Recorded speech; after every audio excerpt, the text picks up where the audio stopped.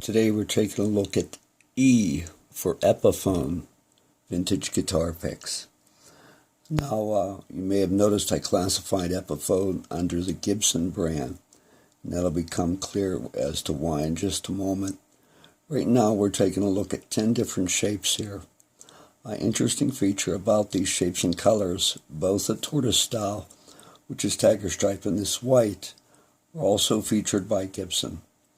The Epiphone family arrived in America in 1903. It already had a business as luthiers and set up shop here and owned the company for over 50 years until 1957.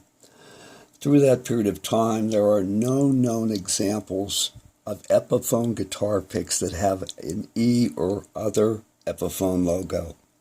But in 1957, Gibson, who was a rival of Epiphone, and Gibson felt threatened by Epiphone in the archtop market anyway, so they outright bought them.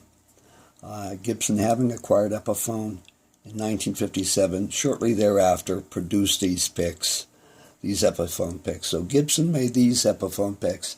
They're the first known Epiphone picks occurring around 57, 58, 59. And interestingly, every one of these shapes is seen in the exact same series of Gibson picks, printed picks, for this era as well. And if you'll go back and take a look at my video, I think 3.2, you'll see these exact shapes except with a Gibson logo on it. So here we have Epiphone made by Gibson. These are the only known Epiphone vintage picks.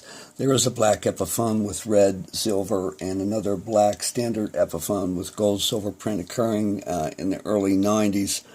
They're not included here since they are from a much later era. Distinguishing features, here we have what appears to be a 360 D'Andrea, but it's not. It's slightly smaller, with some shape differences. These were not made by D'Andrea. We just have a standard 351, no corrugation. In the Gibson series, you'll see this with corrugation.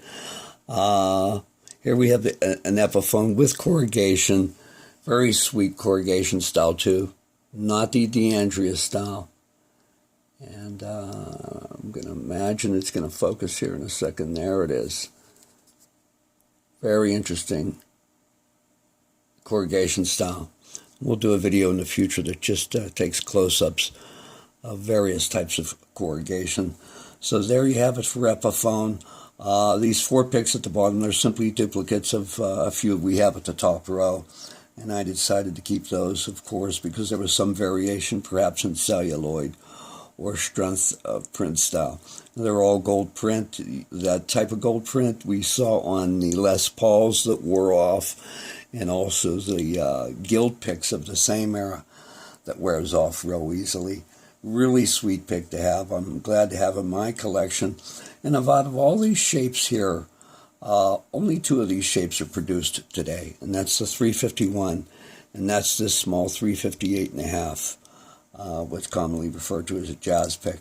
All the rest of these shapes haven't been produced in quite a while and are vintage, so regardless of how you see them in, you could pretty much rest assured if you find these picks, they are vintage, whether you find them white, black, some pattern, or someone else's logo on them.